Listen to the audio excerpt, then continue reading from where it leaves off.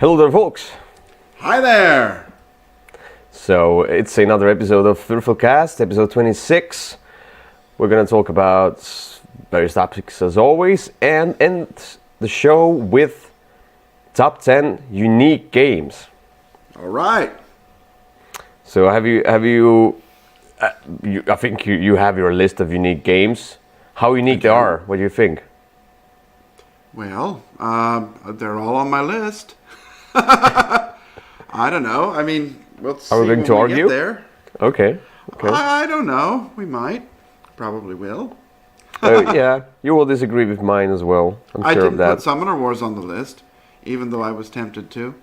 Oh wait, I have to. Oh wait, now I have to write it off of the arguing list. Okay, no, good. Yeah. But first of all, as always, we start with the topic called recent plays. All right. And let me just zoom into the Board Game Geek screen share here, and we're gonna talk a bit about those games. So, Kyle, should I start now? Because I think Why don't you that, start? Yeah, go ahead. Yeah, there might be one crossover, and you then can switch it to anything else. Okay. You played more than me. So, the first game I want to talk about is the game that you, I think, love, and I haven't played it for years. I just didn't want to touch that game, and then I recently played it. And we'll talk about it in a moment, but it's the Quacks of Quedlinburg. Ah. Yeah, so I finally got to play this, I cannot say wonderful game, to be honest. But this is a game about, it's a game about collecting those chits, and we had those acrylic, or whatever they are, the upgraded pieces. Mm-hmm.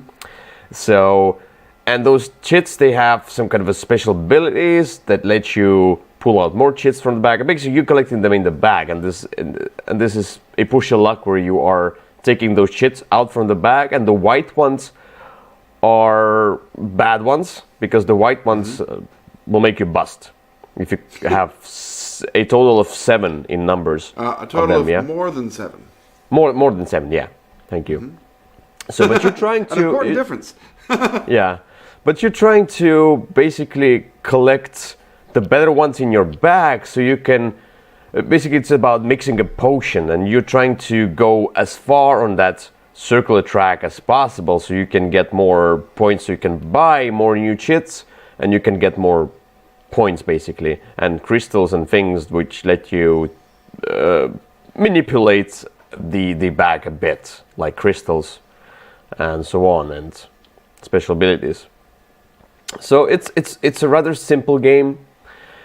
The problem I have, and the problems I have with this game, it is really lucky, and sometimes, despite you trying to build your bag as good as possible, you can still be very unlucky in some turns, and it's not so satisfying to watch other players having more fun than you in that regard, especially in this game, because this game is very linear. Just pull out the chits from the bag and see what happens, you know. There are cool abilities, but there are also, for me, too many rounds, in my opinion. It's same from the start to the end of the game, except you have just more chits in your bag and you can go further. But it doesn't progress for me in a way that it becomes bigger. It just, I can do this linear stuff longer, you know. That's the only thing.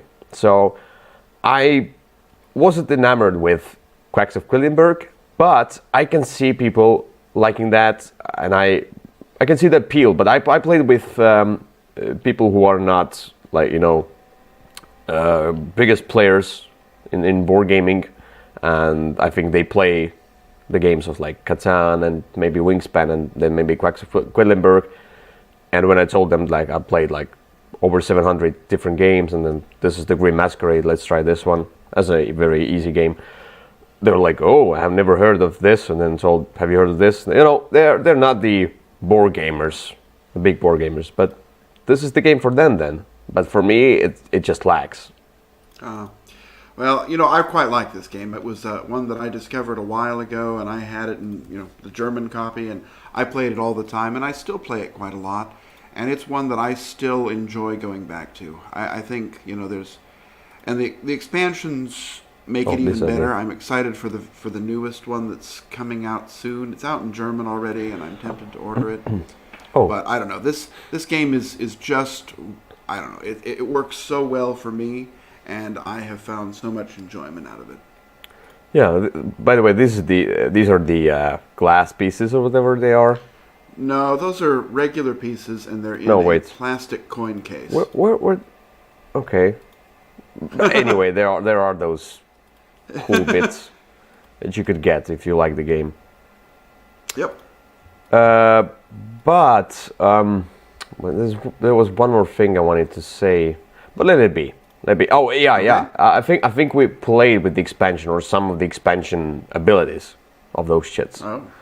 I don't know. I don't know how you would know that.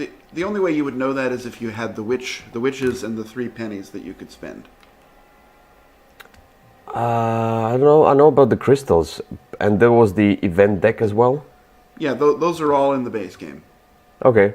It seems like is it modular? Because they said they threw in the expansion stuff. They might have thrown in just the books for the different chits, and yeah, that might be.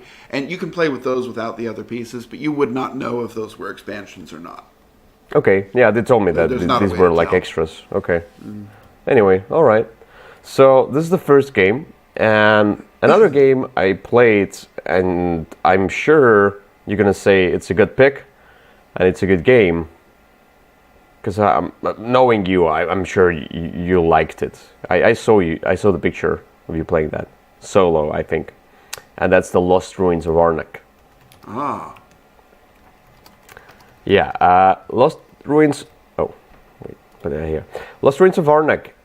This is a Euro style set collection.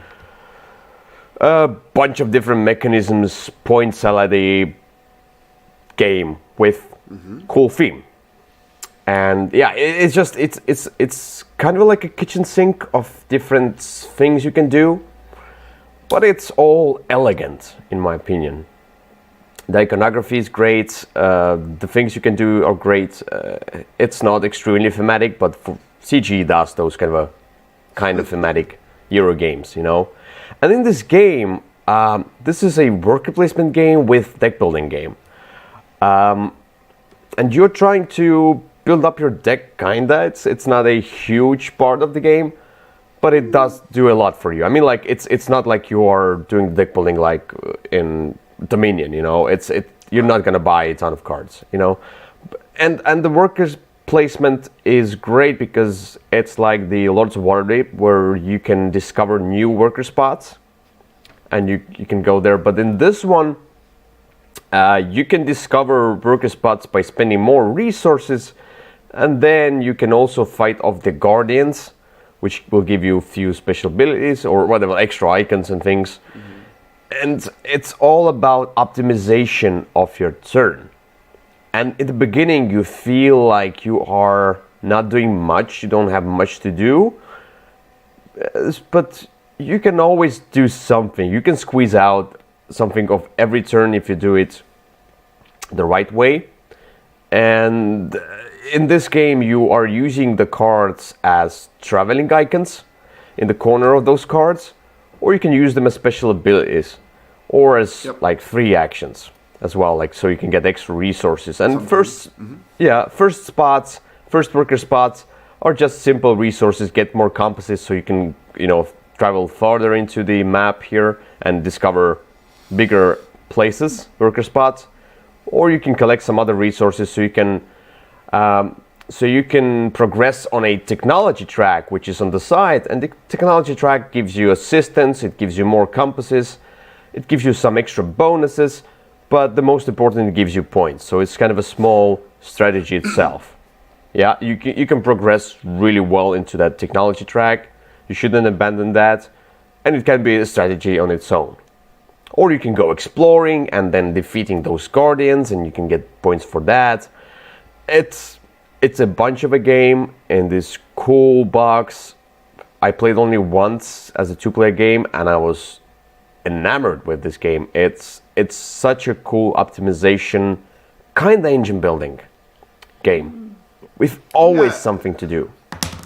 That's true. It doesn't really feel like any... It's hard to put a label on it. I've played it, I think, I was just checking, I played it 6 times now. Initially, my friend was unwilling to play it. He said it looked too complicated, but I finally twisted his arm, and he actually started asking for it, because it's not really very complicated at all. No, it's not. It's just there's a lot going on there. It's really quite good. I like this game a lot. Calling that track on the side a technology track is a little bit generous, but it... Sorry, I wanted to say research. It's a research track. I used the wrong word. Not technology, I'm sorry. It's research. It's a bit of a generous term there.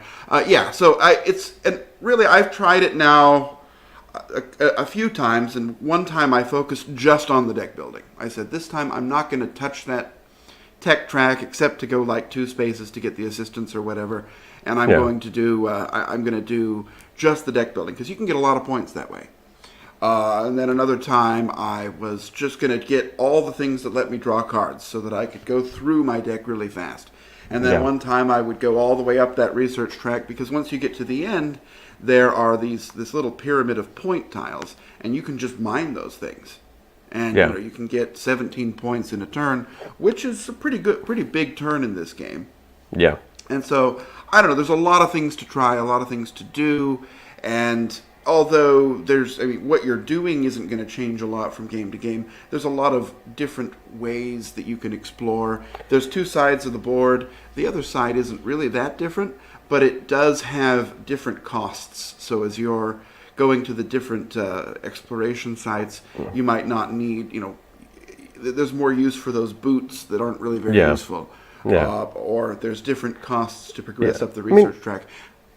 The replayability here, you're kind of progressing almost the same way, but each time there are different bonuses. Each time the tiles that you explore, the new worker spots come up differently, and the guardians and them, how the cards come up, what cards you get, it's always different. Not always, but I played them once, but I already see that it's going to be different each time.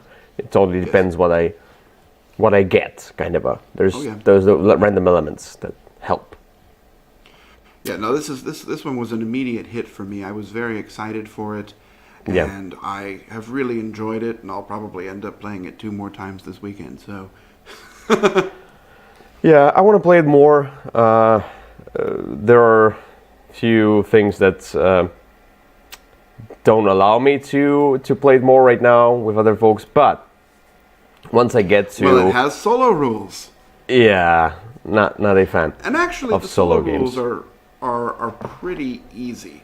Sometimes when you get into a solo game, there's so much rules overhead and having to choose what to do. This one does it in a very streamlined way. Although the solo opponent is not very difficult, I think I would have to play it on the highest difficulty level to find it to be a challenge.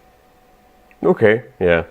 But anyway, it's a contender to my top of 2020.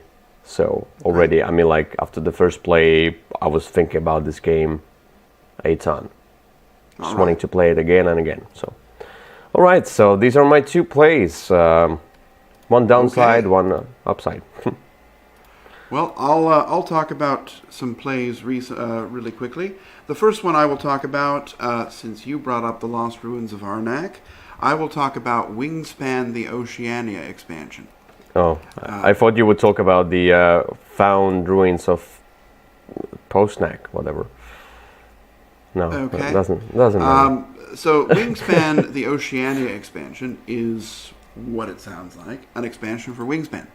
What this one adds is different boards, so you can see those different boards, and what they do is, the one thing that they're a little bit faster. So you have immediately access to 2 food after you have 1 card down. or 2 eggs, so without having to pay extra. So the boards are a little faster, and they give you a way to reset the card row or the bird feeder by paying a small cost if you want to at certain points.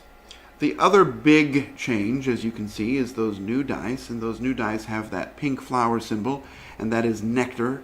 And nectar is a sometimes wild resource. It's wild when paying for a bird, when you're playing a bird, or when paying for a cost that would be the any resource. But it's not wild for using bird abilities, so that's important. Also, it goes away at the end of the round if you don't spend it. So it's not always better than the basic resource, but it sometimes is. And there are bonus points based upon who spends the most in each of the 3 actions at the end of the game. Other than that, it's just a bunch of new birds. The new, twist on this one is that there are yellow abilities which happen only once at the very end of the game. So there you go. It's pretty much just more Wingspan. If you know Wingspan, explaining the nectar rule is very easy, and the rest just flows naturally. There are a few too many cards at this point. It's very difficult to shuffle them all, but I also have no desire to separate them out. I can't ever see playing without both expansions. It's just, it fits in very nicely. It will not change your opinion of Wingspan one way or the other, but if you like Wingspan, this will be great. Yeah, something I look forward to, definitely. Yeah. All right, what's your... So, my second one is a weird game. This game, I was excited for it. And I heard about it initially, and I was like, it's an expansion to a game I don't love. And then I looked at it a little bit. We talked about it when we did our online Essen list. This game is Whistle Mountain. Whistle Mountain looks like an expansion to a game I didn't love, which was Whistle Stop. But it's actually a completely different game. And the whistle connection is put in solely for the purpose of helping you think about Whistle Stop and think, I want to try that one again. This game has nothing to do with that. It's kind of a worker placement game. Your workers are these 3 airships. You've got a big dirigible, a small blimp, and a tiny balloon that take 1, 2, or 3 spaces. And you're going to place them out on the board. And it looks like those people have placed their building. They might have placed those illegally. It doesn't matter. Yeah. You place it out there, and you can activate basically what's next to it. And that's, there's symbols on these things, and so you'll get resources. But you might also, there are these machines which are blocks that you kind of place out and cover up. And when you activate one of those, it does special abilities. There are those gear tiles that you can see, which give you unique abilities and really kind of define the game for you. There are cards which give you bonuses, and it's really interesting. When you read the rules, it feels like, this kind of feels like you just do whatever you want. The rules feel very loose, but once you start playing, you see how everything works together. And you're doing a lot of different things. Basically, it's that style of worker placement where you'll place out your workers and then you'll take a turn to pull them back, which I quite like. And you just do stuff and get points, and there's sort of a race to get to certain areas first so you can get bonuses. And you're trying to clear your workers out of that row, because after you build the machines above that line you can see in the picture with that red bar kind of at the bottom right of the picture, when you build above that, you're going to take one of those water bars and move it up, and so that will kind of kill anybody who's in the bottom row, and they go outside to an area where they're worth negative points. So you want to get them out of there. It's a long game. I was surprised at how long it took, but it didn't feel long when I was playing it. It was very engaging and very interesting, but it really does take a lot longer than I think you would think it would take. However, I think it's pretty good. I really liked Whistle Mountain. We played it twice in a row just because it was that interesting, even though it was a little bit long. And I think it's I don't know if it's going to be a mega hit, but it certainly was for me. Yeah, sounds interesting. Something that I should probably try at some point. Yeah. I'm not sure if it'll be for you, but who knows? Might be. Never know. The theme does not exactly come through, but you liked Steamworks. I remember you liked that one. Yeah. And this one almost feels like that.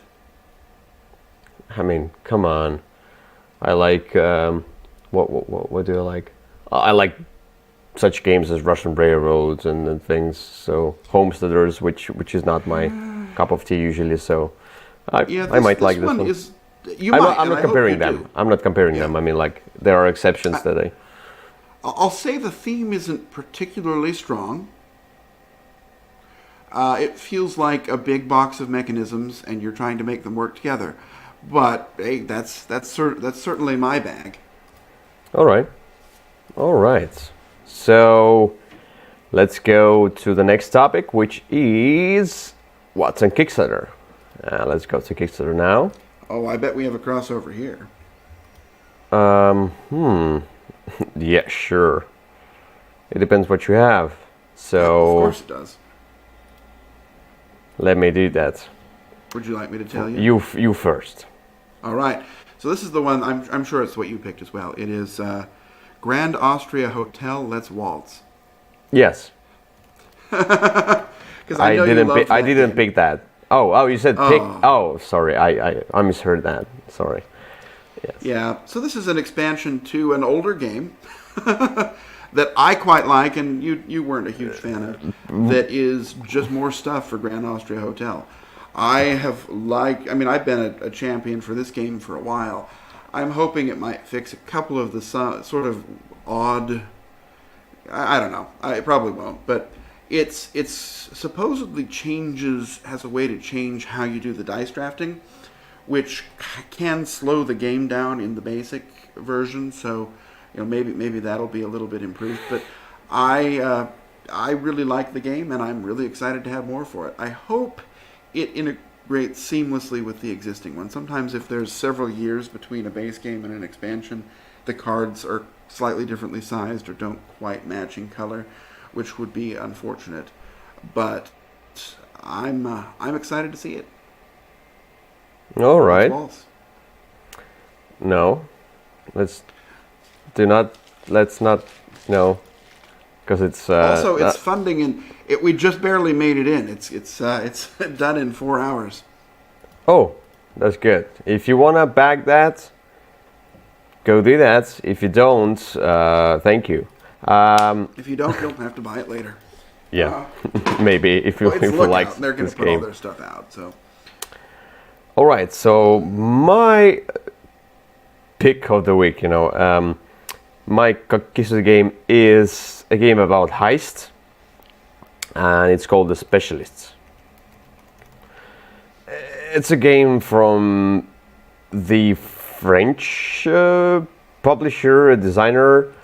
The video is in French, but you can have the subtitles in English, so it's fine.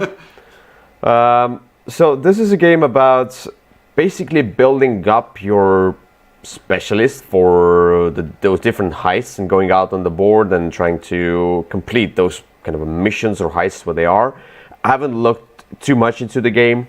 I don't know what the dice for exactly, but you're trying to get the money and things. So you each of those locations, they probably have kind of a requirement of different specialists that you have to go with, and you collect those and they give you abilities, and then you go and rob whatever there is and get the money. So it looks cool. It doesn't require any. It seems to be language independent, which is nice.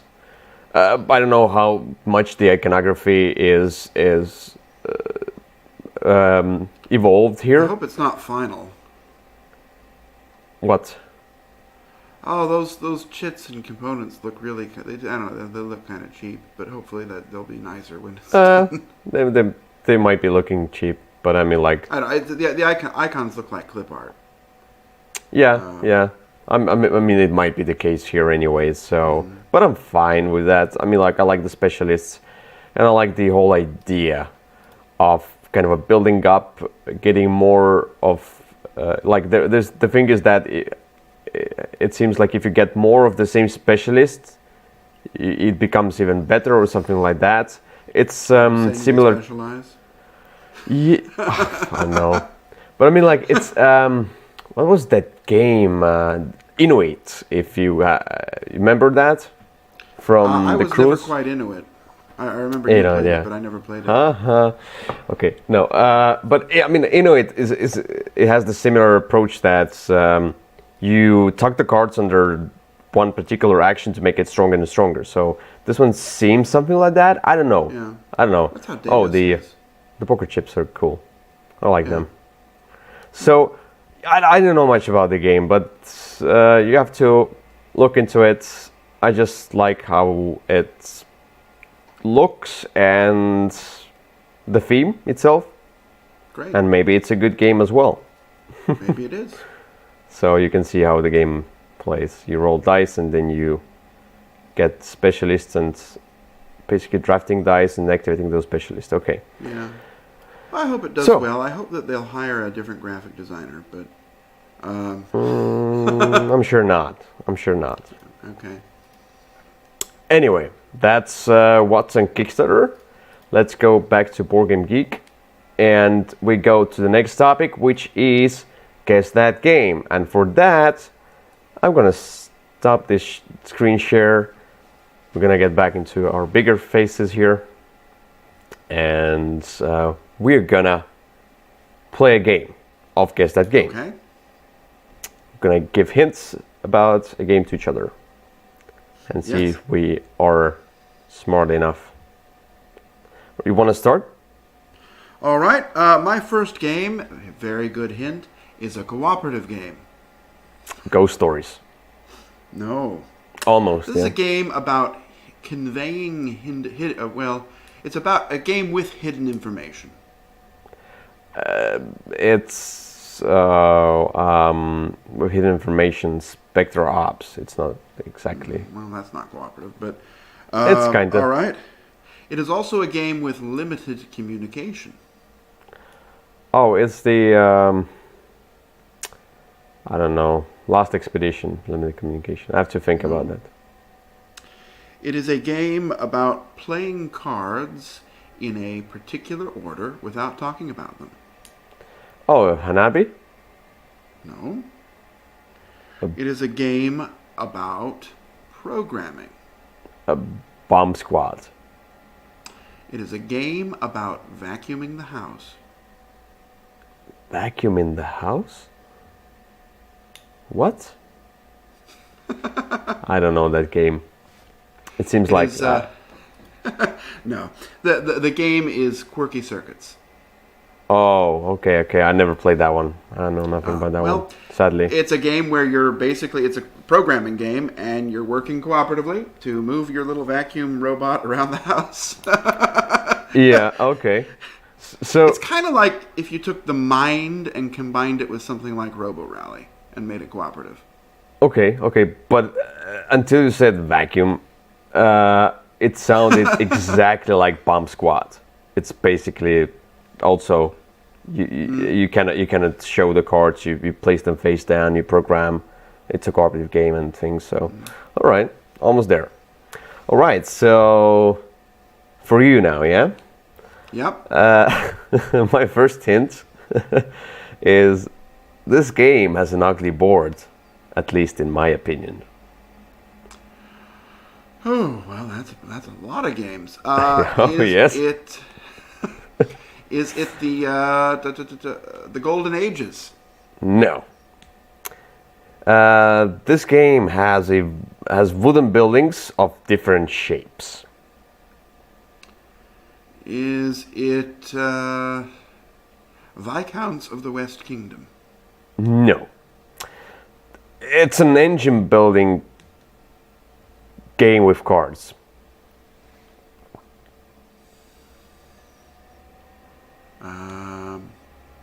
Is it Russian Railroads?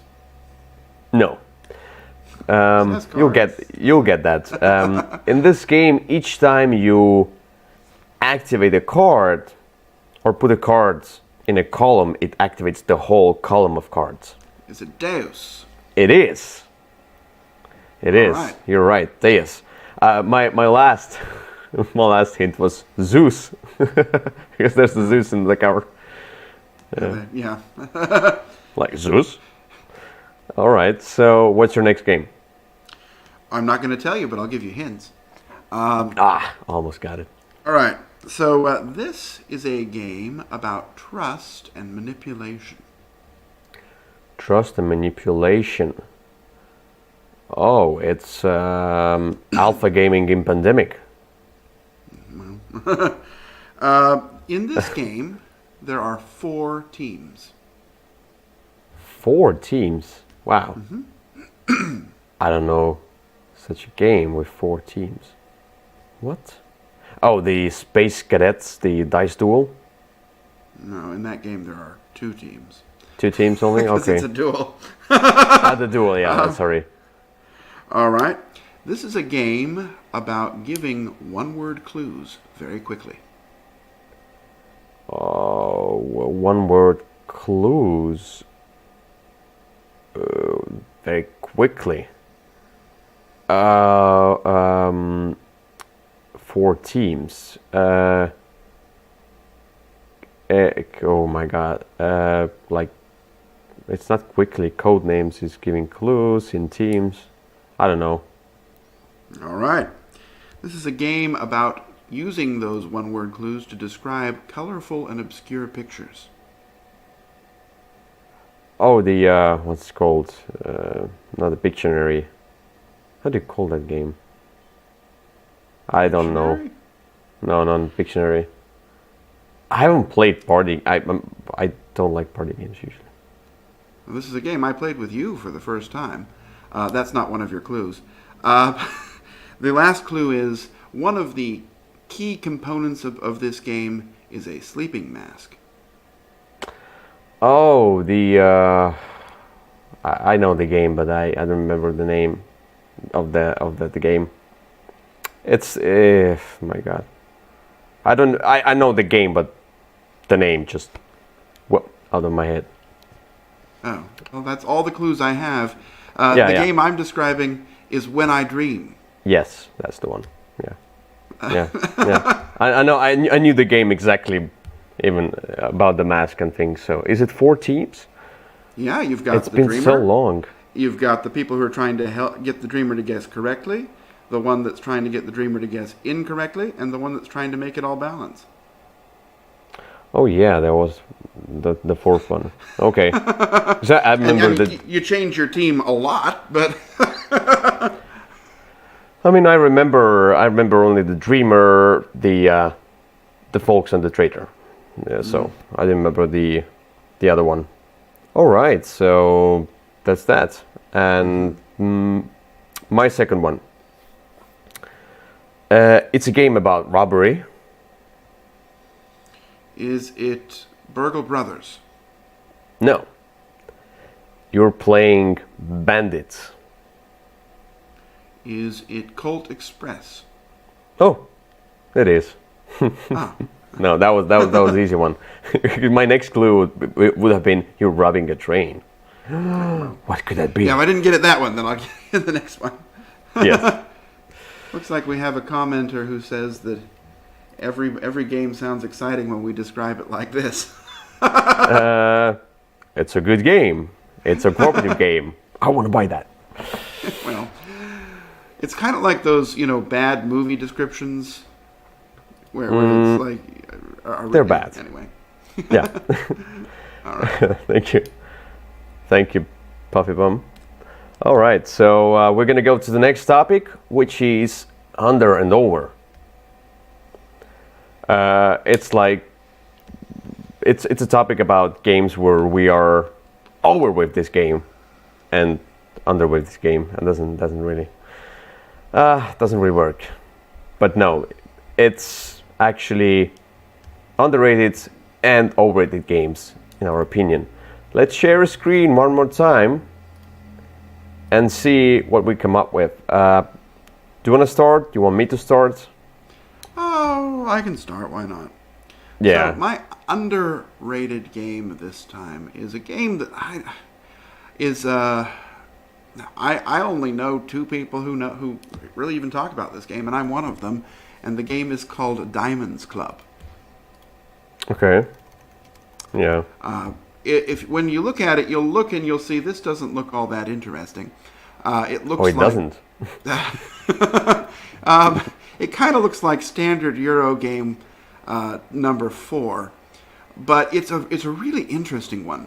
What you're doing is there's interesting bidding here, and it's a little older, but you've got these nice plastic coins, and you kind of stack them, and then the cost of doing actions is based upon how many coins are stacked next to it.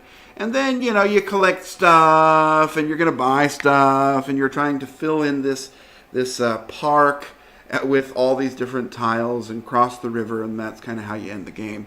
It's a really interesting game, though, but despite how not interesting it sounds, I don't really know a way to describe the game to make it sound exciting, because it really doesn't. And it doesn't look exciting, but it really is quite good. It only really ever came out in German, which is why I don't know that it gets a lot of love. But you don't need German to play it. And it's what I'm really always looking for, and what I'm really quite a fan of. But how do you win the game? By getting the most points. That's new. Okay. The different things you buy give you points. There's a bunch of ways to score different points. It's one of those older... Okay. Yeah. It's the artist who made Quacks of Quedlinburg, it seems. Really? Oh no. Something else. Okay. I don't think that's correct at all. It might be, but it doesn't. No, the art style sure doesn't seem similar. I've seen him many times. Okay. But it'd be okay. And Rüdiger Dorn is the designer. Mm-hmm. Rüdiger Dorn is the designer, and he's done a lot of games that I've quite liked. Many that you have not, but... What games are you talking about? I don't remember, but there was one I brought to Asante? Estonia. Do you like that one? Yeah. Oh, okay. Well, maybe some that you do. I like Karupa. I think Rüdiger Dorn as well. Okay, Asante. well, then never mind. Well, there you are. They might have been, yeah. Okay, yeah. That's my underrated game for this time. I like the bits, and the bits are great. I mean, like the to try game it is because of the really bits. good. The game works a lot better than it's a lot more fun to play than it looks like it will be. I guess I'll say it like that. Yeah, I would like to try that. Okay, well, learn German or come visit me. Or learn German while visiting you. That would be... Well, yeah, you could. I'm just looking up that artist to see if he really did do the quack. No, he did things like Puerto Rico and Clink in Space. Oh, well, that's interesting. That's weird. Okay. Anyway. What's your overrated game? My Give us some overrated hate. game, I don't know that it's hate. It would have been the first time, and I think when we did our long overrated games list, I think this was on there. The game is Sagrada. This is a game that the first time I played it, I actively disliked it. And it wasn't until a couple of years later that I was persuaded to give it another try. And on a second try, I enjoyed it a lot more. But the game itself, it just never really feels all that exciting to me.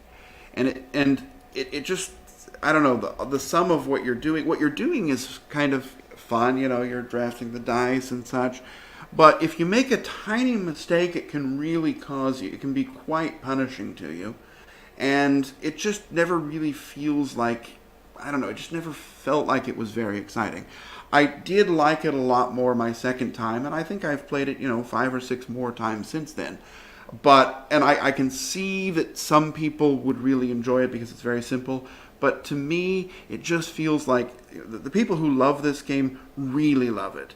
And I think that it only ever quite gets to mediocre, maybe above mediocre, but not the kind of game that I'd ever be super excited about. Yeah, I've played that one, and I wasn't enamored with the game. I wasn't the biggest fan, especially playing role player as well. They get compared to each other, and for me, role player was a better game in that case. But the more I looked back at Sagrada, the more I kind of understood why those people who love it, they love it. It is simple, but it's very puzzly within this with this ease of play. Yeah. And I think that's the spot where you want to hit that kind of a game. You know, it's rather abstract, and you want to make the puzzle hard. You want to make the puzzle where mistakes are costly. You know, I think it works. I don't feel like it's overrated myself, though I'm not I like role player more and so on. So I'm not the biggest fan, but I don't know. I don't know if I can agree with you that it's overrated, but it's up to you. Anyway, that's Agarad, I am. Okay. Mm-hmm. All right, so my 2 picks. First of all, underrated game. My underrated game is the one that I think you will disagree with me. But I feel like if it would come back with a newer theme, it would be maybe a bigger hit. Okay. I don't know, but I'm talking about Barony. And Barony, especially with the sorcery expansion, if they would reprint the game, they should put that in the game right away. It's just they must be together, you know. But Barony itself is an abstract game. Abstract game where you are spreading out, building those castles, and trying to get those tiles and trying to get to a certain amount of points by spending them, you know, getting to those different terrain types. You can collect the points from them, but you have to build up for that. It seems more complicated, but it's a very easy game. It's almost a filler type game because as a 2-player game, you can play it in 30 minutes. I mean, it's so easy. It's so streamlined. You have a plethora of actions, but they're rather easy actions as well, and you choose one action. That's it. You know, it's so smooth. It's so elegant. But it's the theme. Just the theme is so boring. I mean, why medieval times? The theme isn't really there. Yeah, I can see why the tiles aren't as cool looking. The pieces are great. I like the pieces, how they look, the wooden pieces. It just looks great. The tiles, the art, it's okay. I can see why tiles are looking like that, because then you can distinguish them pretty easily. Sure. Because you need to. But overall, yeah, if that would be revamped into a new edition with different theme and art, and keep the streamlined gameplay and put the sorcery expansion into the base game right away, and maybe, you know, fix some minor stuff that people have, the problems that people have with this game. But it is a really cool game. It is, I mean, like, I was so surprised. One of my biggest surprises of all time, because I didn't want to play the game. I looked at this box during one of the Essen trips, and I was like, there was a guy who was like demoing the game. He was like, "Want to play?" I'm like, "No, we are in a hurry to get something else." You know, Yeah. Just didn't want to play that game. And then I don't know why we got this one. Maybe because it's Madagat. I was like, we should try. And it's Mark Andre has done Splendor, for example, you know. And Ismail is the artist, but Ismail here is bad. Ismail in Archipelago is great. Anyway, Barony, it's an underrated game. It should be reprinted with a new coat of paint. Yeah, this is a game that I had kind of the same experience that you did. I found it to be enjoyable once I finally got it played. But the problem is that in the world of abstract games, there are so many that are a little bit easier to get into and a little bit more engaging, that this one has a hard time standing out. Yes, yeah, and that's where the reprint should help this game. Well, maybe it's Madagat. Maybe we'll see. They reprinted Giants into that new what is it called? Do you know about Giants? Yeah, I remember you told me. You talked about it on the Essen one, that you were having the. Oh, you yes, were excited yes. about the reprint so that you could play it finally. Yes. But I mean, like, it's maybe it's going to be the same with this one. Maybe in a few years, we'll see. But my overrated game, the game I feel is boring. It doesn't really work. It has too long of a wait between the turns, and I cannot understand. There's so many other games that combine this kind of a doing the combos, doing a little bit of that, doing a little bit of that, point collection, points holiday games, heroic games, and I'm talking about the Grand Austria Hotel. I just don't understand why it's so. I mean, like, I might if I try really hard, I might understand why it's so popular, but it's not particularly good looking game. Those frames, those colors, it's rather ugly for me, but it's the matter of opinion, you know. But the dice drafting here, it just didn't work for me. All those cards with the symbols, different abilities that are so abstracty, I don't even understand why I'm doing this or that.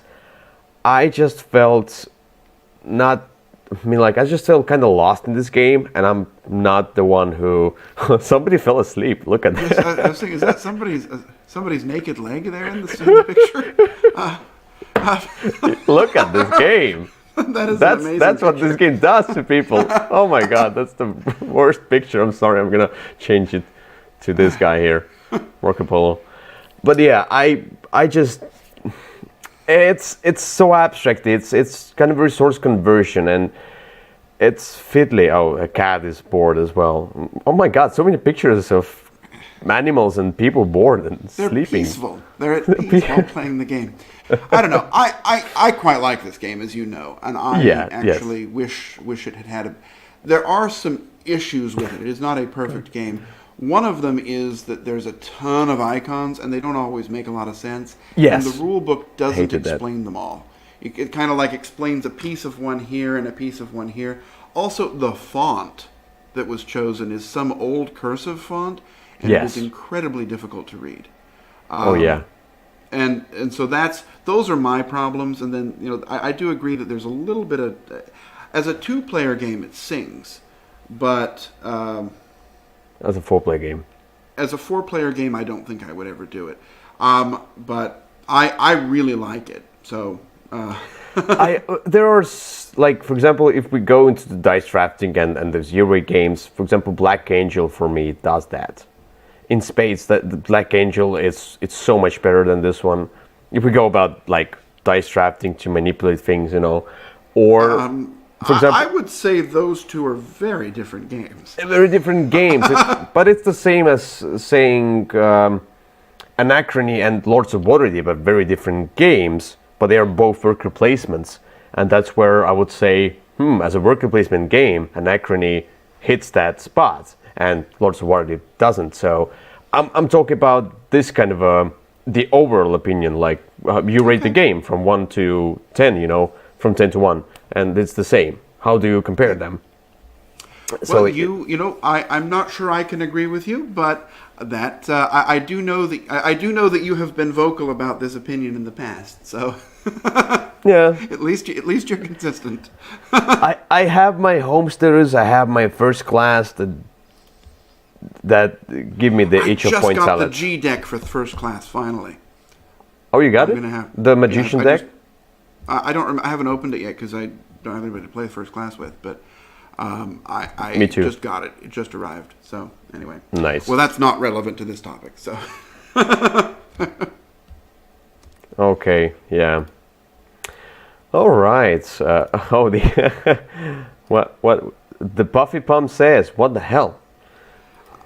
I don't know if that what the hell is for you saying it was overrated or for my excitement and enthusiasm for the game. I think for me saying it's overrated. Okay. Yeah. All right. So this is my underrated and overrated games. And now we're going to go to the next topic, which is funky components. And we're going to talk about some weird, maybe huge, maybe really small, cool components from games. Maybe noisy. Maybe noisy. All right. What's the game called? Oh, the Traum. Oh my God, the elephant game. It was for the photo on BGG. Okay, yes, that was a. By the way, that would be like I wanted to choose the games. Sure. Yeah, I wanted to choose the games I played. So from the games I played. So I could definitely see that in person, not just in a picture. Anyway, let me start then. Okay. My funky component is from the older game. Is it from Tom Lemon? I think it's called Roll Through the Ages, the Bronze Age. Oh. It should be Tom Lemon. Yeah, it is. Okay, so in this one, I think the funky component is... No, it's Matt Leacock. Oh, Matt Leacock, sorry, yeah. I don't know why I always get those two confused as well. The names aren't even similar, but I often get them confused. But this is this one. This is the wooden resource board with pegs. And I mean, have you seen that recently in any other game over the years? The cribbage board? No, it's not been a popular component. Although it was in era. Oh yeah. But it's still plastic, unique. But it's kind of similar to what's in era. Probably inspired by this one, but it feels unique. It's different. It's funky. It's a wooden block basically, and everybody has that. And you have those pegs, and you just you're moving those pegs to mark down how many resources, vases, and whatever the artifacts you have, and the food and things. So I don't know. It's cool. It was cool to play with that. I'm not enamored with the game itself. I thought it was okay, but it was a good for that time as a roll and write game. I think 2008. It's a nice one. Nowadays there's more. It was ahead of the current roll and write curve. I mean, this one was back, and at that time it was one of the only new ones that was coming out. So. And then, of course, it has its Iron Age sequel, which basically just adds a whole bunch of extra rules. I quite liked Bronze Age, but Iron Age I was just okay with. Anyway. Okay, yeah. This is the funky component. By the way, it looks cool. It does. What's your funky component? My funky component is, as I hinted, a loud component. This is These is the monster bases from Dwellings of Eldervale. So you can get Dwellings of Eldervale with these bases, and they're these little battery-operated things, and you turn them on, and every time you move the monster, it makes the monster's sound. Oh, really? They did that? Yeah. I played a prototype a long time ago on a cruise, and I don't know what they made it into. You see one in that picture. You see that green monster down there? Yeah. It has that large base. Now, you don't need it to play. You can take it off if you don't want to, and you can turn it off if you don't want it to be annoying. And actually, each one has two settings because there's two different monsters for each color. So then every time you move the monster, it makes, a splashy, squishy sound, or a sound of like, tromping hooves, or whatever it may be. That's cool. And also every time you bump the table or set something down or or disturb this piece at all, it's going to make its noise. So, it's cool for the first few times, and then it gets to be a little bit annoying. But it certainly is something that's different. All right. This one seems not to have... Oh. Yeah, they're optional. Well, that's the Minotaur, who doesn't have one anyway. Oh, yes, yeah. There they are. Yep. So. Okay. That's nice. I should It's kind of like those old books where you push the button and it would make the sound. Yeah. Maybe you didn't have those. Sounds cool. Yeah, That's something... It's a funky component. It enhances the game, but you can turn them off eventually. Yeah, and you can also take them off if you don't want the miniature to be quite that tall. All right. Yeah, but I like the wooden blocks. It seems bigger, so that's nice. It's not a wooden block, it's a plastic block. Plastic block, sorry. I always say wooden because, I don't know. The blocks for me in board games are always wooden. Okay. All right, so this is the funky component. And now we're gonna go to our top 10. And it's gonna be the top 10 unique games. So Kyle, tell me what? How did you pick your list? What was the premise? Well, I went through all of the games that I have rated like a 7 or higher and picked ones that felt unique. Me too, and basically. I made a list of about 30 games that I felt were justifiably unique. And then I kind of pared it down to the ones that I wanted to talk about. And I specifically excluded games that tend to find their way onto a lot of lists. Okay. Because I would consider both Summoner Wars and Spirit Island to be unique in their own right, but I did not put them on my list. Just because I didn't necessarily need to talk about them again today. Yeah. It's the thing is when it's hard. I went with kind of like a feeling as well. What are the unique games? Because with some games, for example, I haven't met any other, like, I haven't had the same feeling with, like, for example, that I had with Eminent Domain, or example, Lost Ruins of Arnak. It feels different, but I wouldn't say it's unique. It's just a different combination of those same old things, you know? Right. So I wanted to find something that is mechanically, but also thematically, different from everything else out there. And on that was something we had talked about. I did these by the whole feel of the game as a whole, not by a unique theme. Because if I were going by a unique theme, my list would be completely different. Yeah. I did the same. So the whole feel of the game feels different from what I usually play or have played. So. And for ordering, I just kind of put them on the list in the order that I felt they belonged. It's difficult to say a game is more or less unique than another one. There is sort of an order, but I don't know. If you were to ask me to put the same 10 games in a different order a second time, they might be a different order. So. Yeah. Oh, one of my games is in the wrong order. Okay. We'll deal with that. Move it. It's not too late. Yeah. Anyway, let's go to number 10.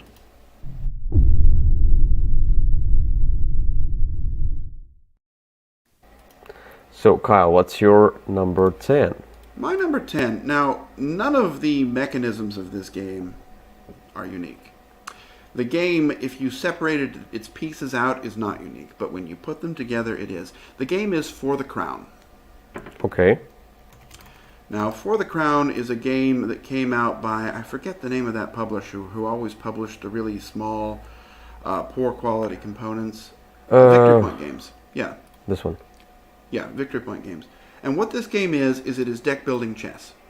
So, it's a deck building game. Okay. And it's chess. You win by capturing your opponent's king. And there are chess rules. But you don't start with your standard chess pieces. You start with a deck of cards, and you'll eventually play a card to put the piece on the board. And then you'll use your cards and your deck, and you'll be moving the things around.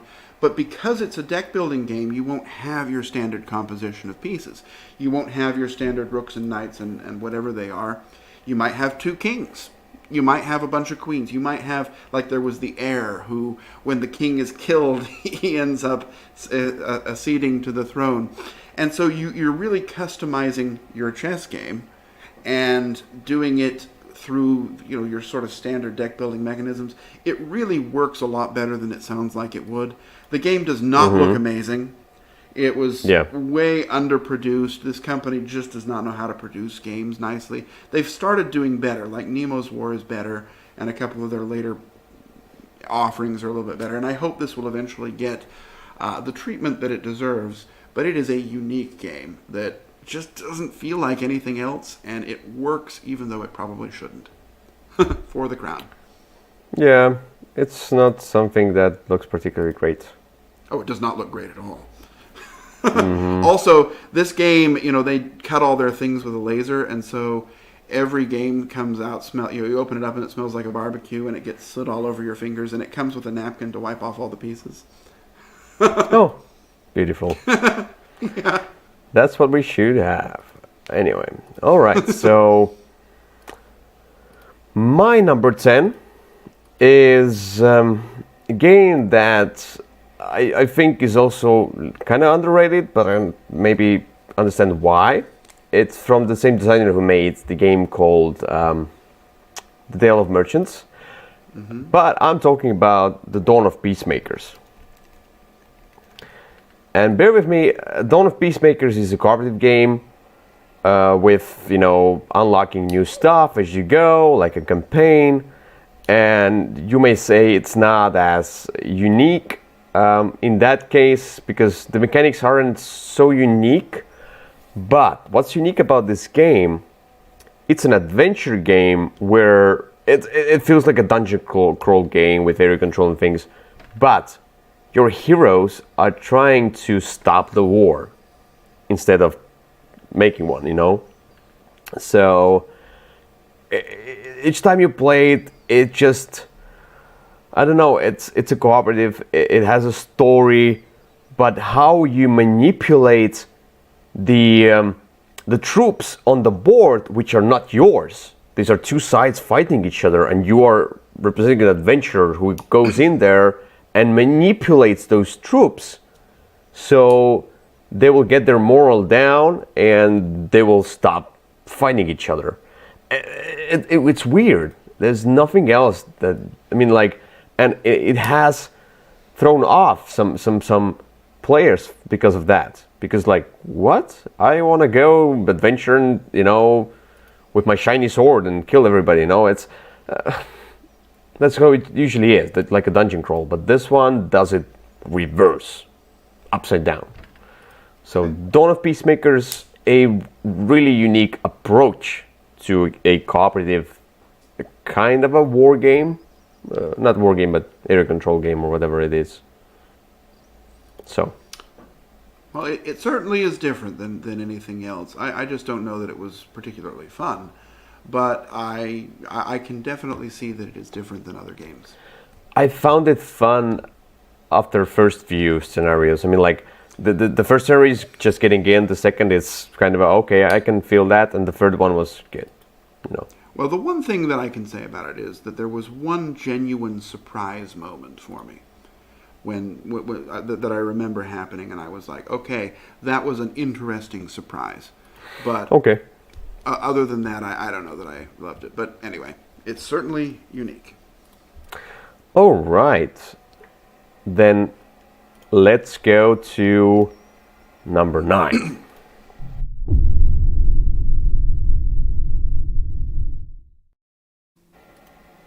All right.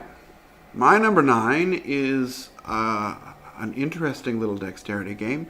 Not the best one for playing with anybody you don't know really well. The game is called Rampage. And this is a game where you are large monsters and you're rampaging through a city. And Terror Maple City, yeah, it's called now. Well, my box says Rampage. So... and you've got this tower of meeples with cardboard on top of them. You're trying to knock them over, and you're doing so by putting your chin on a wooden block and blowing, or flicking things. It's just a really crazy game, very silly, but immediately very fun. It's one that you see people playing, and you look at them and you think, those people are having fun, and that does not look like anything else I have played before. Now, there are other flicking games that do this same thing, but this one does so in such a different way that it feels different and it feels better. And it certainly is one that I quite enjoy. Yeah, I like this one. I don't know. It's such a hard thing to say if it's unique or not, for me at least. It's all flicking, it's just a matter of how the things are set up, but it's... And blowing. I don't know. I'm not sure Come on, you love to blow. And Kyle, spit all over the pieces. we talked about that. We talked about that before. About how I'm not supposed to reveal that secret. Kyle. Yes, let's deal with that in a private video. Okay. Anyway, yeah. Okay, I can kind of see that, but I don't agree exactly because it's still just a dexterity flicking game. All right, but maybe, I don't know.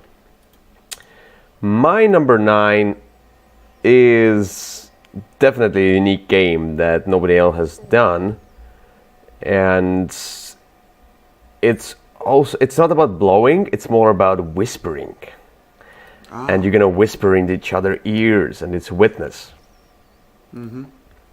It's based on the old like a phone game where you are trying to get the information to the other person through whispering to them, and then they whisper the same information to the other player, and it gets twisted on the way.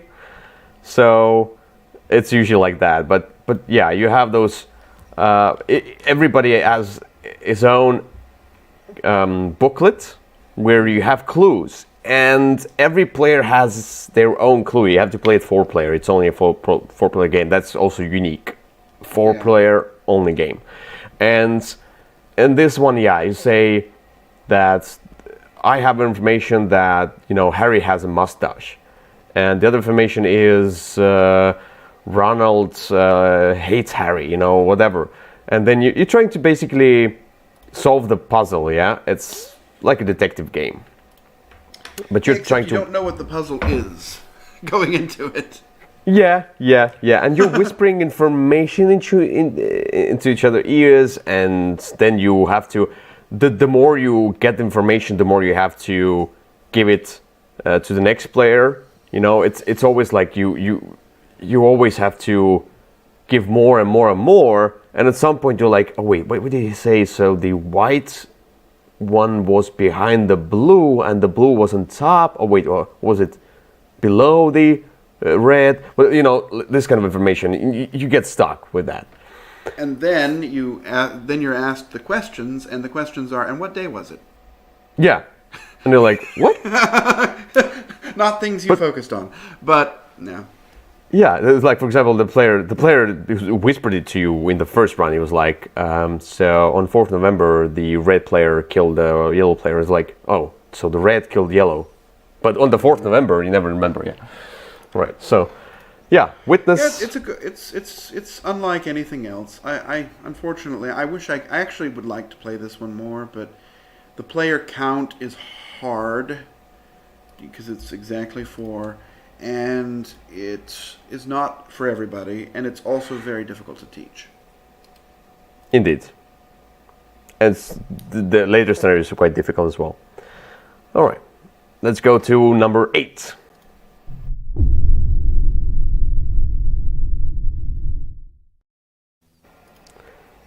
All right.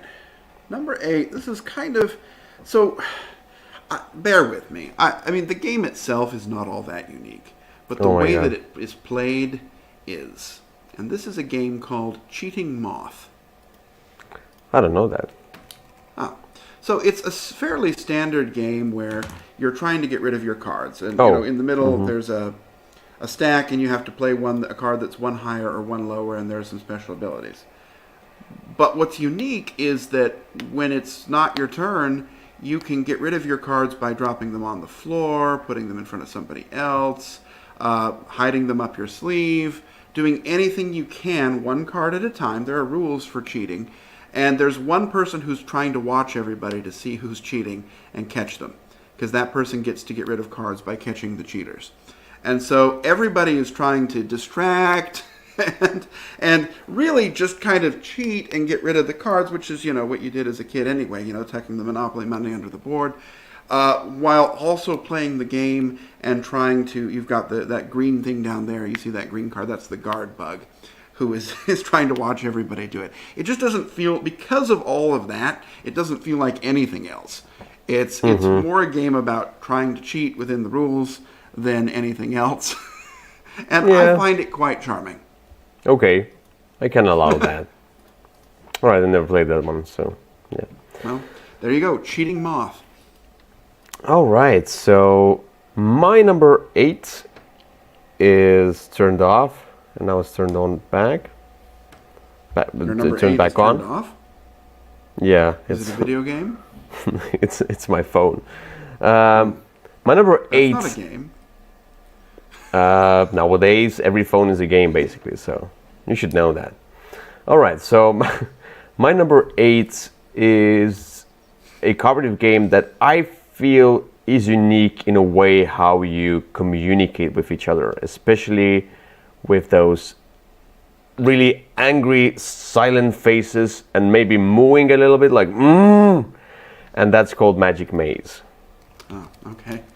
I've never mooed in Magic Maze. Oh, I've seen players doing at me, so yeah, it's Okay. yeah. I play with weird people. Okay. I've got to play Magic Maze on Mars someday. I haven't played the Mars, but I played the regular one. We got quite few scenarios in as a 2-player game. It's easier. As a 4-player game, it's just too chaotic. But it's What fun. about as a 7-player game? Oh, never. So yeah, the more players, the less fun it is, for me at least. But in this one, it is unique because everybody gets a certain movement type. Yeah, you go left or you go right or you go upward, and you can, like, for example, you can go up the elevator, all the other players can't. And it's a real-time game where you are trying to move all 4 meeples. Each of those meeples must go into different direction or whatever they need to go. And as you are moving those pieces, you can only move it to the left. And at some point, the other people have moved their kind of a way, and they're waiting for you to move that piece to the left, and then you don't notice that, and you are concentrating on that red piece instead of the green piece, and then they start banging the wooden block, whatever it is, in front of you, trying to say that you need to move, and then it all gets so stressful because you're like, I don't understand, and then hitting the thing in front of you doesn't make you see the stuff. It makes you more stressed. It makes you see even less, and you're like, what don't I see? What? Yeah, it's such a unique, such a different game. It can make people angry for a few seconds, and then you laugh about that. A few seconds. A few seconds, yes, which are really important in this game. But yeah, in this one, the zero communication only through banging in front of each other and moving the piece only in a way that you can move it. Those restrictions make it unique. Magic Maze. All right. It certainly is. I remember playing this one with my family, and my sister came in, and we invited her to play, and she said, "No, I think that game will cause me to be angry at my family members." So True. Anyway, no, that's a good one. All right. Let's go to number 7.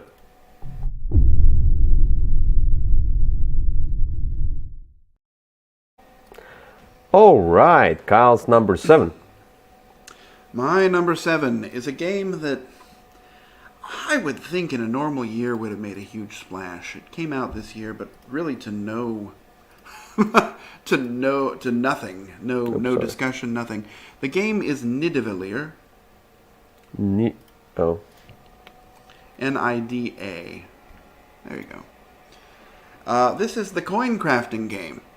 So I remember that. Mm-hmm. At its heart, there's really, it's some interesting bidding and drafting. But what you're really doing is you're upgrading your coins, because you'll bid on 3 things, and then there are 2 coins you don't use, and one of the coins allows you to combine the 2 that you don't use to make something better. And so there's a lot of different ways to score points, different colors, and you're trying to make sets and trying to collect the most different things, and then also trying to upgrade those coins. It really is very fast. It's very simple, very easy to get into. It feels like the kind of thing that would win Spiel des Jahres in a normal year. Who knows, though, because I just don't know that it's really had very much distribution. I find it fantastic. It's kind of like my Quacks of Quedlinburg for this year. Okay. I'm just always in the mood for it. I'm the one who has it, so it's very good, very fast, just a lot of fun. And it doesn't really feel like anything else. Nidavellir. All right, yeah. You talked about that before. Mm-hmm. Something I want to try at some point. All right, so my number 7 is a deck building game, and usually deck building games aren't as unique, but this one I already feels. put one on my list. Yeah, but this one feels more like an app type game with double-sided cards, kinda. I don't know, but I'm talking about Flip City. You guessed that, I think. So, when you mention double-sided cards, that kind of cuts down the choices a little bit. yeah, nowadays there are games with double-sided cards. There are more games with double-sided cards, but this one... Well, you know, you would say, I probably could make the point that every card has two sides. Yeah, you can. But I mean, this one, it's a deck building push-a-luck game, and there are those games. Like Mystic Vale, for example. Though Mystic Vale being a unique game of card crafting, maybe. Not on my list. But in this one, you are upgrading the cards from your discard pile, flipping them, and making them even better. But you're pushing your luck, taking the cards off the top of your deck. You're seeing what you have, in front of you. You're playing that you must avoid the unhappy faces. If you get enough of them, you're busted. You get nothing, but you're trying to get the points out. You're trying to get the coins out so you can buy more cards, and you can upgrade cards or use those cards as flippers, so you can flip them. Like there's the specialized side, and if you use the icon, you can flip it back to its normal side, but you had a one-time ability or whatever one-time icon thing.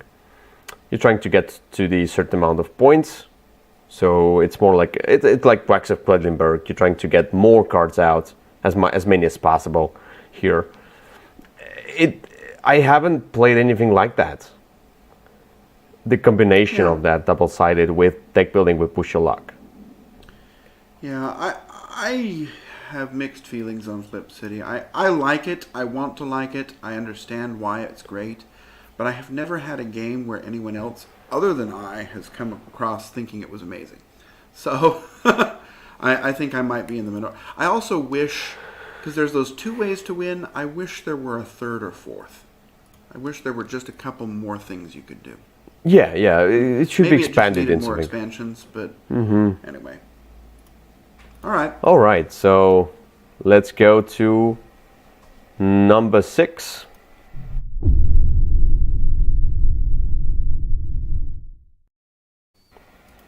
What's your number 6, Kyle? My number 6. This one, I don't know. I don't know why this one feels unique. But it does. And it's my list, so it's going to be on there. This is the one that you might disagree with, but the game is one that you have played, and it does show up on an occasional list, but that is Burgle Brothers. It is a cooperative game, but it is a cooperative game in which just everything is... the way that all the things work together feel very different, because what you're trying to do is manipulate your position across 3 different levels, and your position with regard to these guard tokens to try and avoid them and cause them to move in certain ways at certain times. You're manipulating the alarms and your presence in various ways. You're getting all kinds of stuff. You get the loot, but the loot always is terrible. You've got lots of special abilities. My favorite one that I'll always play is the Advanced Acrobat, who can jump up the floor, and just because he always ends up in some horrible trouble by climbing up the floor. The stories it creates are interesting. It's not... I don't know that any one aspect of it is unique, but the gameplay experience certainly is, especially if you have that ridiculous tower. Yeah. I'm conflicted again, but I feel like the mechanic of the moving guards is rather unique. I haven't seen that anywhere else. And how they speed up and or slow down. This one feels unique. All the other mechanics are how they are, exploring, moving. It's all the same, but I can see the feel of this game being a very different approach to cooperative games overall. So this one, for me, why it wasn't in my collection, why I liked it so much, is because it felt very different from any other cooperative game. So I can see that. All right.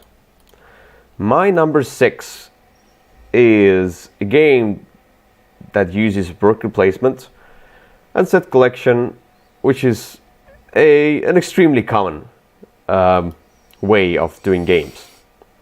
But there's one particular thing that makes this game very different, in my opinion, and I'm talking about Torgi. Oh. Yeah, I feel like... Salt game. The Salt game, yeah. First of all, the Salt game and the mask game. They were the first one to use the masks. But in this one, the coolest part and the unique part, I haven't seen any other. This is a grid worker placement game. You have a grid of cards, and those worker spots are only the outer spots of this rectangle and of the square of cards. And the third worker spot that you create is by having a cross between the two meeples that you put on the sides, you know. So, and the crossing between those two meeples is going to be your third worker spot, your third kind of a ability or bonus or whatever. There's no such game. I mean, at least I don't know if anybody else used that mechanic. Maybe, probably somewhere in a far, far away galaxy, you know. But this feels unique. I'll accept that it feels unique. I know that grid placement has been used before, but the game as a whole feels different than other games of the same type. Yeah. And it's got salt and raisins. And masks. True. There you go. Toyap, what? It's Greek? It is. Okay, well, It that's seems to not be. the original. All right, anyway, that was my number 6. Let's go to number 5. Should we? All right. Okay.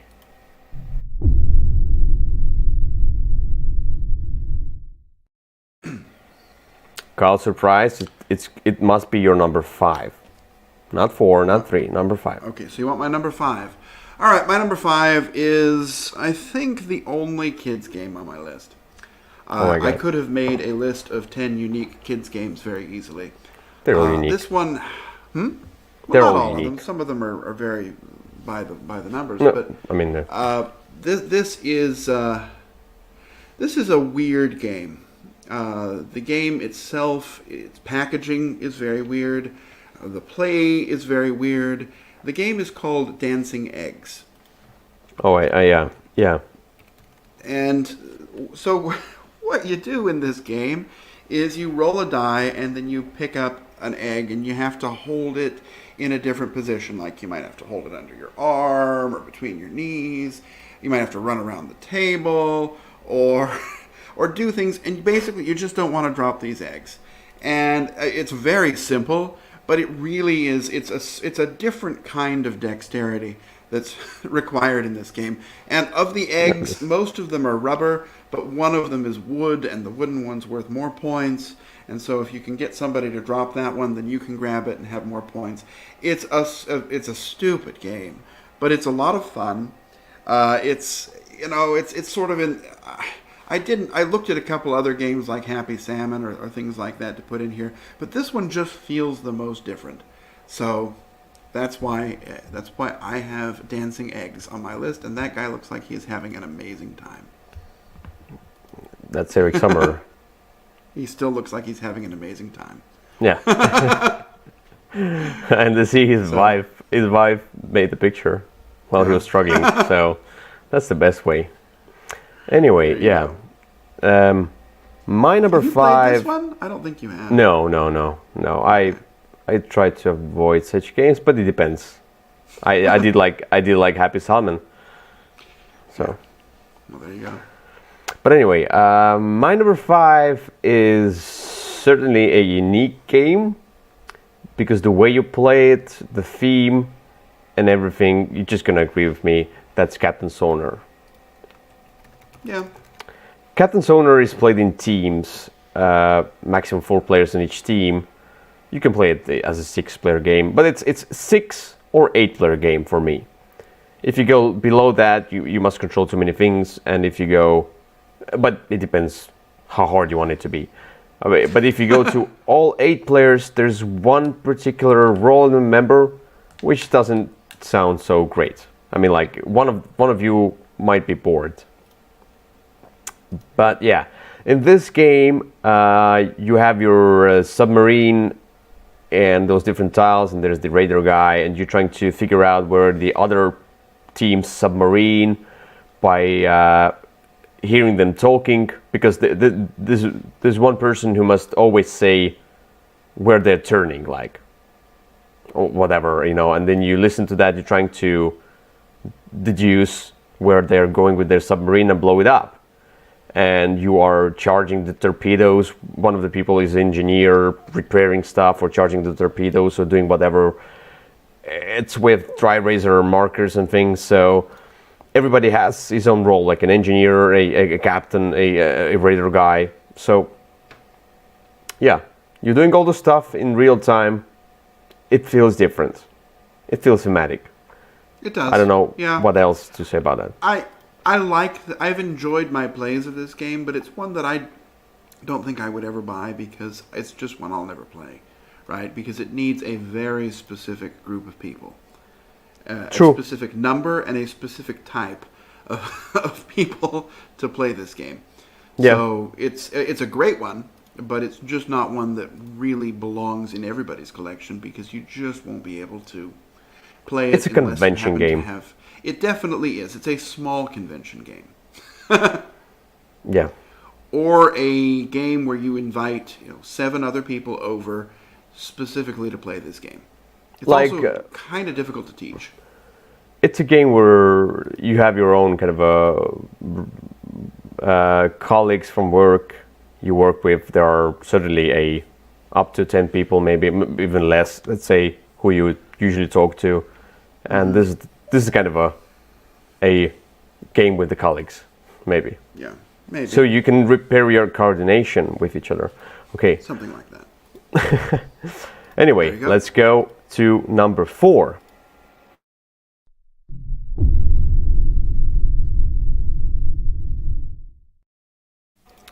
All right, Kyle's number 4. All right, my number 4. This is one that I talk about occasionally. It's one Summer that, Wars? No, that's one that I talk about all the time, and I said that one isn't on the list. This is a game that requires, it's a dexterity game, but a different kind of dexterity, because it's not your hands that you're using. Maybe the word is dexterity is wrong then. But it is an ear dexterity game. The game is Mord im Arosa. Okay, yeah, I see. Yeah. This is this game where you have this stack of 10, this 10-layer hotel, and it's sort of like this pyramid thing, and you're going to drop a cube in, and you're trying to listen to which, well, it looks like my counting is off. It looks like it's only 8 levels, but anyway, you're dropping cubes into this tower, and playing it on the box is an interesting choice. That might help solve one of the problems, which is if something hits the table, you can always tell where it is. So you're dropping cubes in, and you don't quite know where they're going to end up. And then you're trying at various points to guess where other cubes are so that you can pull them off and put them on this table. And the theme really is weird because it's like somebody's committed a murder, and you're trying to cover it up by putting other people near the scene. It's a very weird theme, but it's definitely unlike anything else. It's a game where if you see people playing it, you'll go over and say, "What in the world is that?" And it's also it works differently depending on whether you're playing in a loud room or a quiet one. Both work. It's just the challenges are different. It's a fantastically fun game that's not like anything else. Yeah, something I want to try someday. It sounds like a fun kind of party game. Kind of party game, but not really, because it's only for a small group. It's a weird. It just doesn't fit into any box other than its own.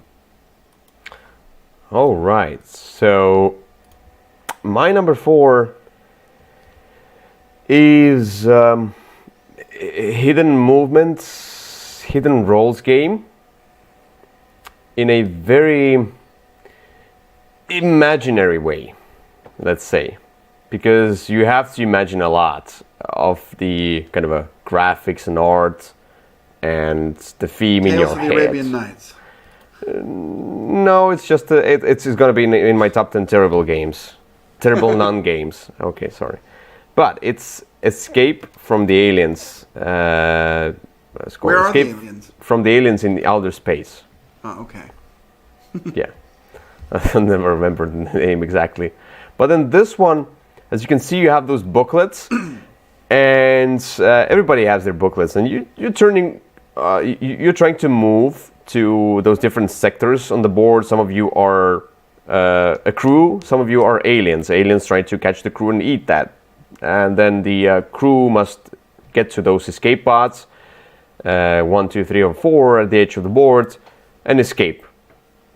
And sometimes the escape pods might fail and you will be seen, and then you have to run. And the thing is, the aliens, first of all, they are faster, but all of you also have some special abilities that might help you. But mostly you will be turning, you will be drawing the cards, which will tell you if it's silent in all sectors, or you have to make a noise, and when you make a noise you have to tell. Sometimes you can make a noise by telling the lie. So I'm in sector whatever, and then you are exactly in some other place. Sometimes you must tell the truth, and people never know exactly when you're telling the truth and when you're lying, but at some point you start realizing where the people are going and where they are, and you're trying to, as aliens, to attack and so on. And there are some funny moments where aliens can kill aliens. And those aliens that are killed are kind of angry, and they sit like that. So yeah, well, I've seen that. That was one unlucky. That was one unlucky. Yeah. So it plays good with a large number of people. I think more. Yeah, it plays better with a large number of people. It It's plays not better. as good with a small group. There are better similar games. For More small. people, more hits towards. Yeah. More eatings. But yeah, it feels different because it's just a booklet. A deck of cards basically, but the movement on that, you have to have everything in your head, kind of a movie in your head. All right, that was my number 4. Let's go to 3.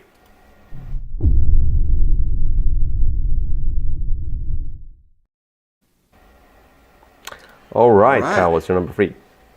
My number 3 is a game with somewhat of a troubled history. The game, I actually, this is a game I wish had really come out and really done well. The game is called Chroma Cubes, and it is not a roll and write game, but a roll and color game. And what you have is dice and coloring books, and you are rolling the dice and coloring in the pictures. Now, the problem with the game is it came out, it was published, but it was kind of self-published. And then it came out on Kickstarter, but then the guy who took all the money kind of disappeared or filed for bankruptcy or something, and so nobody got it. I have one from the guy who originally developed the game. You could just buy it from him. And it's a really interesting game because you're sitting around with a box of crayons and rolling the dice and coloring pictures, yet there's a game in there too. And it really just doesn't feel like any of the other roll and writes that are out there. And it doesn't feel like, there aren't really any other coloring games. So I just wish that this game had been produced in large quantities with high quality components so that people could play it, because it does not get really any love in its present form. Yeah, I can see that, especially with the failed Kickstarter. Yeah. Yeah, but yeah, it totally sounds unique, but nothing to say about that one. Because you haven't played it. No. All right, so my number 3 is a very popular game, and you might say it's not unique at all, but I feel it is. It's not unique at all. Yeah, that's what you're gonna say anyway. But it's an abstract game, but I feel it's unique in a way it does build up. And I'm talking about Santorini. It's not unique at all. What? That's what it is. Yeah. I heard that. Anyway, but in this game, the feel of it is unique because it's not about the spatial movement on the board, but building up upwards, trying to get to the new levels of the board on those buildings. I haven't really seen any other game doing that kind of a 3D spatial movement abstract game. And what spices up all of that are unique abilities, but this is basically like a usual symmetry, but these are very powerful abilities that you feel are overpowered, but once you start playing against another player who is also overpowered, it feels more balanced. And I haven't gotten any other, I haven't gotten this kind of a feel of progression and feel of building up within this movement from any other game rather than Santorini. And I feel it is a unique abstract game, and I feel that's why it's such a huge hit, because it does something that no other building up spatial game does. Yeah, I like the game a lot, actually. And I don't know that I would disagree that it's unique, although there is one obvious, very similar game that does the same thing, and that is Santorini, New York. Yeah. Not counting the sequels, because it's basically the same game. Which I have not played yet. I don't know if it's even out, but anyway. Well, there you go. All right, let's go to number 2.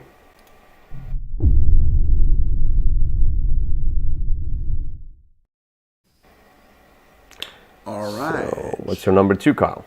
My number 2 is one I talk about occasionally. And this is a game, it is definitely unique. It is not like anything else.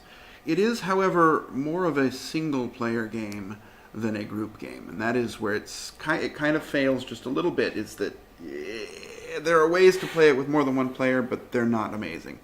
And the game is called Beasts of Balance.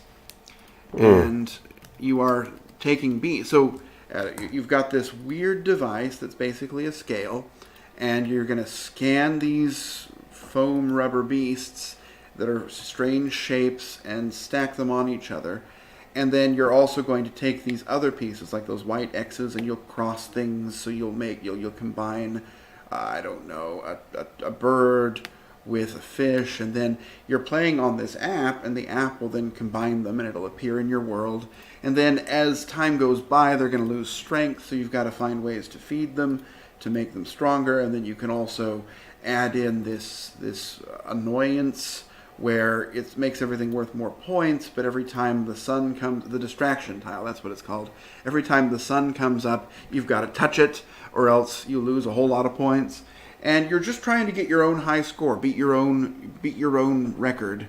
There's a weird duel rules that I just haven't played because they just felt like they would take away from the game. But as a solo game, it's a fantastic experience. It's an interesting challenge, and it's the way that it uses that app and the weight and everything else is unlike anything else. So that's why it is my number 2 unique game, Beasts of Balance. Yeah, not the one that I never played, but the one I can totally see as being unique.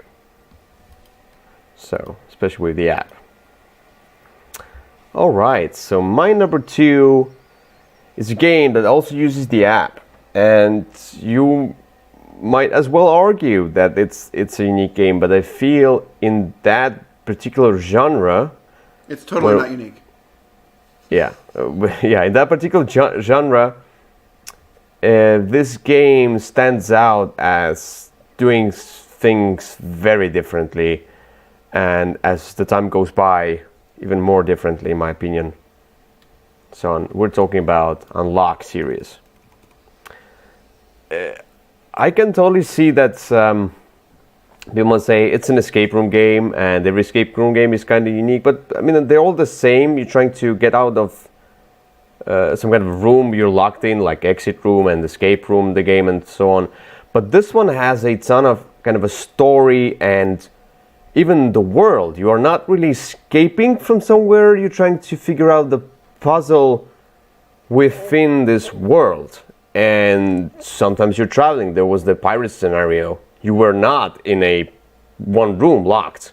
You were exploring all the different stuff. And the things you can do with the app, how you do that, what you do, combining the cards like a red with the blue plus the numbers. No other game does that.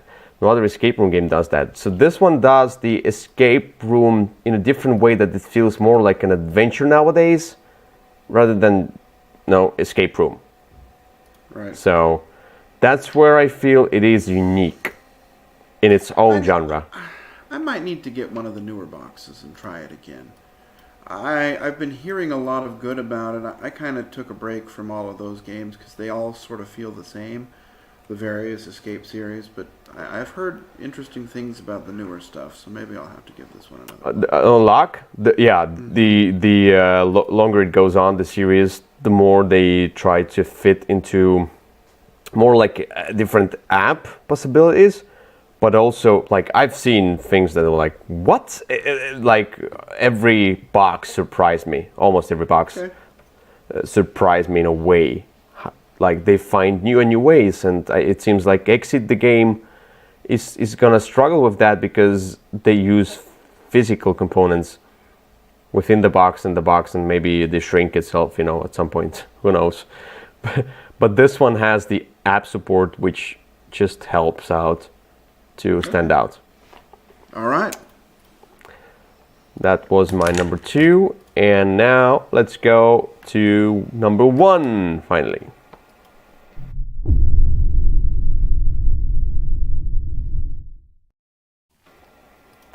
All right, Kyle, what's your number 1? So my number 1 is it's sort of a deck construction, hand management, head-to-head combat game. It's called Summoner Wars. No, sorry.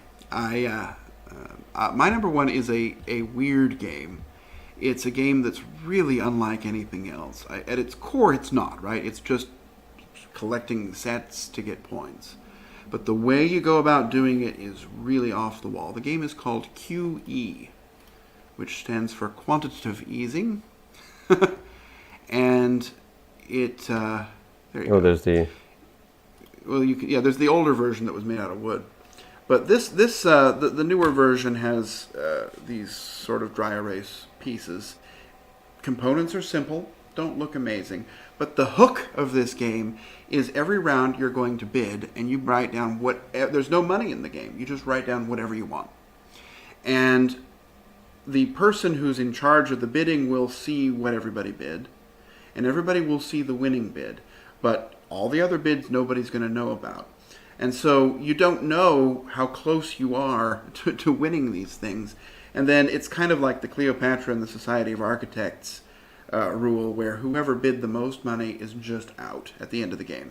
So you save all the winning bids, and whoever bid the most money just flat out loses.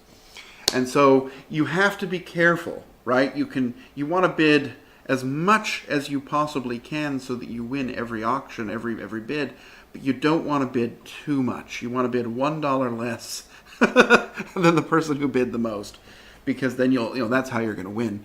It's just so fresh and different. It's not like anything else. It's small. The rules are simple. It does play with a group a lot better than a smaller group. You kind of need a few players in this one. And I don't really like auction games normally, but the way that this works is just so different and so crazy that it makes it feel different, and it elevates it above anything else. So QE is my number 1 unique game. All right. Okay. Yeah, not something I played, but who knows. Let's go to my number 1. And my number 1 is probably the game that I think you should have guessed it's going to be on my list.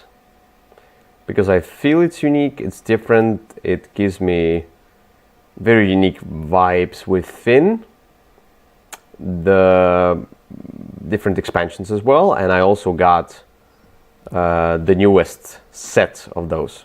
Though I cannot play them all, but the newest set of expansions / standalone games. And I'll talk about the Chronicles of Crime. And I just got the new set too. It just came yesterday. yeah, I got it also last week, this week maybe. I remember. All 3 of them came, but apparently only one of them's actually functional. So, 4. 4 of them. I mean, one of the boxes. Yeah, I mean, the 3 of them are the standalone games, and the 4th one is the box with the expansion. A few pieces for each additional one. Yeah. Yeah.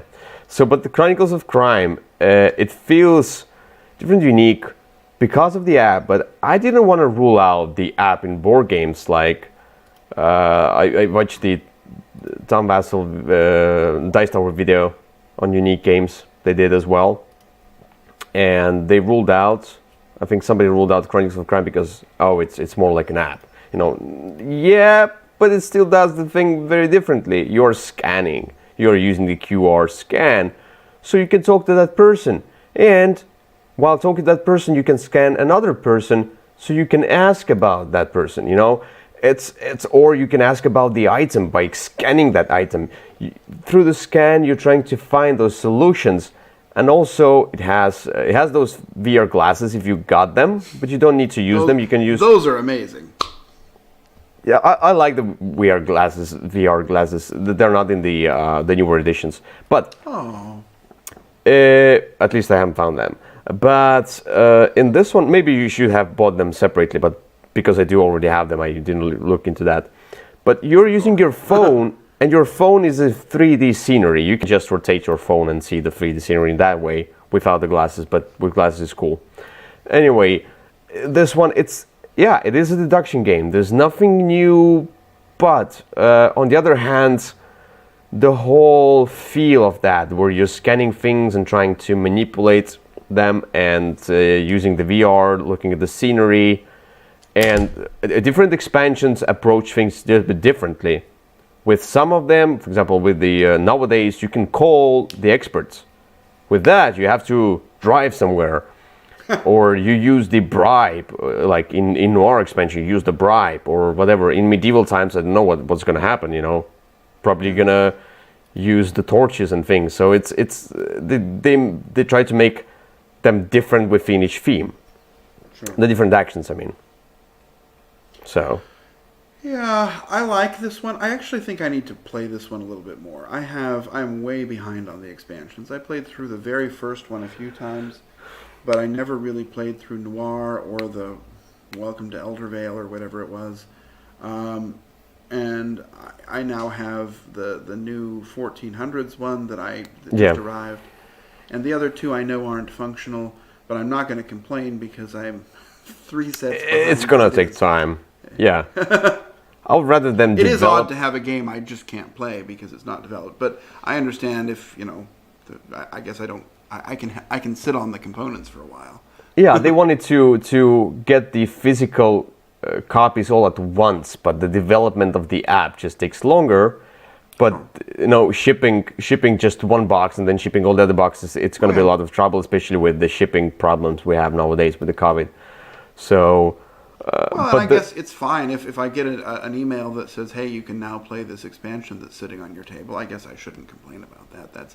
It's just ready when I am. And like I said, I'm way behind. So.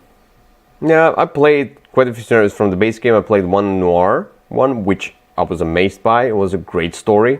The stories here are great, and I played the Red View one as well. Oh, that's okay. The Red View uses dice as well. It's like skill checks, and the Red View one was also cool. So they all feel so different. So we'll see. All right, there you go. And that wasn't my number 1, and that was top 10 unique games. It is no crossovers. Not at all, which is good. 20 new games. They're unique. Yeah, even within our list. We don't talk about all the time, so that's good. As you can see, maybe. As you can see here, you can see those boxes. Oh yeah, this is Chronicles of Crime. Mm-hmm. Yep, it is. So, I threw away my box from the expansion and just put it into the ones that it goes with because I don't need an extra box. But Oh, I haven't opened them because I'm gonna open them once oh, I'm well, through with. I may have gotten a lot of games this week and had an open and punch party, so I opened everything. everything. punch party. It sounds a little bit robust. I got that Praga Akapa Regni, which had more punch board in it than I think I've seen in a long time. Oh, that's cool. Or no, it wasn't even that one. That one was bad, and then Bonfire. Oh my goodness, there was so much to punch in that. That's nice. All right, folks. Thank you for watching. It was a longer episode, but we had a lot to talk about, which is great. You can watch it in bits. I'm gonna put the timestamps as soon as it processed. Today, tomorrow. Okay. I'm gonna put the timestamp so you can watch whatever you want out of this video. Anyway, thank you for watching, and see you another time. Bye bye. Right. Bye bye. Good night. Or no, night, no? Is it no? No? Okay.